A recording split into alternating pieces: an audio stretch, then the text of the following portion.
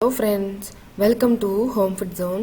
இன்னைக்கு இந்த வீடியோவில் நல்ல சூப்பரான டிஃப்ரெண்ட்டான ஒரு சைட் டிஷ் சப்பாத்தி தோசைக்குலாம் நல்ல காம்பினேஷனாக இருக்கும். சாதத்துக்கு சொல்லவே தேவையில்லை, ரொம்ப அருமையாக இருக்கும். எப்படி செய்கிறதுன்றதை பார்க்கலாம். இது செய்கிறதுக்கு ஒரு பேன் சூடு பண்ணிவிட்டு 6லேருந்து 7 பல் பூண்டு சேர்த்துக்கோங்க. சின்னதாக இருக்கிறதுனால ஒரு 6-7 எடுத்துருக்கிறேன். பெருசாக இருந்தால் 2-3 அந்த மாதிரி எடுத்துக்கோங்க. லோ ஃப்ளேமில் வச்சு ஒரு 3லேருந்து 4 நிமிஷம் நல்லா வறுத்து எடுத்துக்கோங்க. எண்ணெய் எதுவுமே சேர்க்கக்கூடாது, வெறும் பேனில் தான் வறுத்து எடுக்கணும். பூண்டு நல்லா வறுபட்டதுக்கப்புறமா இதை எடுத்து வேறு ஒரு பவுலில் மாற்றி எடுத்து வச்சுக்கோங்க. இப்போ இதே பேன்லேயே 2லேருந்து 3 டீஸ்பூன் அளவுக்கு எண்ணெய் சேர்த்துக்கோங்க. இதில் 8 பச்சை மிளகாய் சேர்த்துக்கோங்க. இது வந்து காரம் அதிகமாக இல்லாத பச்சை மிளகானால நான் 8 சேர்த்துருக்கிறேன். நீங்கள் எவ்வளோ காரம் எடுத்துவீங்களோ அதுக்கேற்ற மாதிரி நீங்கள் சேர்த்துக்கலாம். மிளகாய் வந்து நல்லா வறுபடணும். ஒரு 2 நிமிஷம் நல்லா வறுத்து எடுத்துக்கோங்க. மிளகாய் ஓரளவு நல்லா வதங்கினதும் 1/4 கிலோ அளவுக்கு தக்காளி இந்த மாதிரி கொஞ்சம் பெரிய பீஸாக கட் பண்ணி சேர்த்துக்கோங்க. 1 டீஸ்பூன் அளவு உப்பு சேர்த்துக்கோங்க. தக்காளி நல்லா வந்து ஒரு 2 நிமிஷம் நல்லா ஹை ஃப்ளேமில் வச்சு வறுத்து எடுத்துக்கோங்க. இப்போ இது கூட 2 டீஸ்பூன் அளவுக்கு புளி சேர்த்துக்கோங்க. புளி சேர்த்து நல்லா ஒரு தடவை கலந்து விட்டுட்டு இதை மூடி வச்சு ஒரு 5 நிமிஷம் அப்படியே விட்டுருங்க. தக்காளி நல்லா வெந்து மசியணும், அது வரைக்கும் நம்ம வந்து வேக வச்சுருக்கணும்.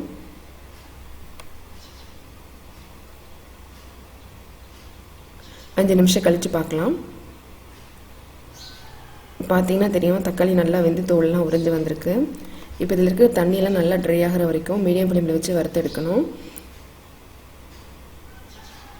இப்போ பார்த்தீங்கன்னா ஓரளவு தண்ணி நல்லா ட்ரை ஆகி கொஞ்சம் கெட்டியாக இருக்குது. இந்த ஸ்டேஜில் ஸ்டவ் ஆஃப் பண்ணிவிட்டு இதை நல்லா ஆற வச்சுருங்க. நல்லா ஆறினதுக்கப்புறமா நம்ம அதை அரைக்கணும். இது கூட சேர்க்கறதுக்காக 1/2 கப் அளவுக்கு தயிர் எடுத்துக்கோங்க. இதை நல்லா ஒரு தடவை இந்த மாதிரி மிக்ஸ் பண்ணி எடுத்துக்கோங்க. அப்போ தான் நல்லா ஸ்மூத்தாக இருக்கும்.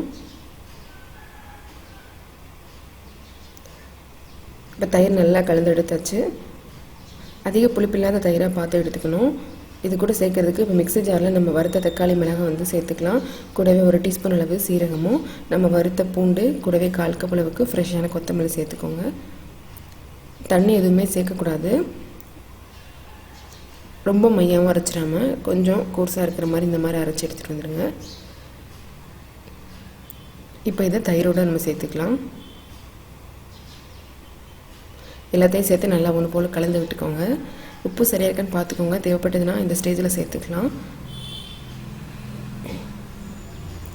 நல்லா கலந்ததுக்கப்புறமா இதை நம்ம தாளித்து எடுக்கணும். இதுக்காக ஒரு பேனில் 2 டேபிள் ஸ்பூன் அளவுக்கு எண்ணெய் சேர்த்துக்கோங்க. 1/2 டீஸ்பூன் அளவு கடுகு, 1/2 டீஸ்பூன் உளுந்து சேர்த்துக்கோங்க.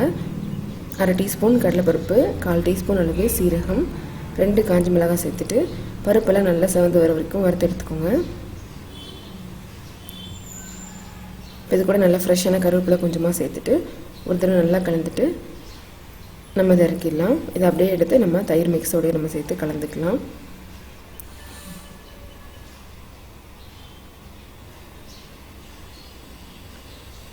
நல்லா வந்து கலந்து விட்டுக்கோங்க. நல்லா ஃப்ரெஷ்ஷாக வந்து கொஞ்சமாக வெங்காயம் இந்த மாதிரி கட் பண்ணி நான் வந்து ஒரு 2 டேபிள் ஸ்பூன் அளவு சேர்த்துருக்கிறேன். கட் பண்ணி இதில் சேர்த்து நல்லா ஒரு தடவை கலந்துக்கோங்க. அவ்வளோதான். சாதத்தோடு சேர்ந்து சாப்பிட்றதுக்கு ரொம்ப நல்லாயிருக்கும். சப்பாத்தி கூட நல்ல காம்பினேஷனாக இருக்கும். இதே மாதிரி நீங்களும் செஞ்சு இந்த ரெசிபி உங்களுக்கு பிடிச்சிருந்ததுன்னா லைக் பண்ணுங்கள், ஷேர் பண்ணுங்கள், கமெண்ட் பண்ணுங்கள். கண்டிப்பாக ஹோம் ஃபுட் ஜோனுக்கு சப்ஸ்கிரைப் பண்ண மறக்காதீங்க. இதே போல் நல்ல ரெசிபியோட நாளைக்கு உங்களை வந்து மீட் பண்ணுறேன். அது வரைக்கும் பாய்.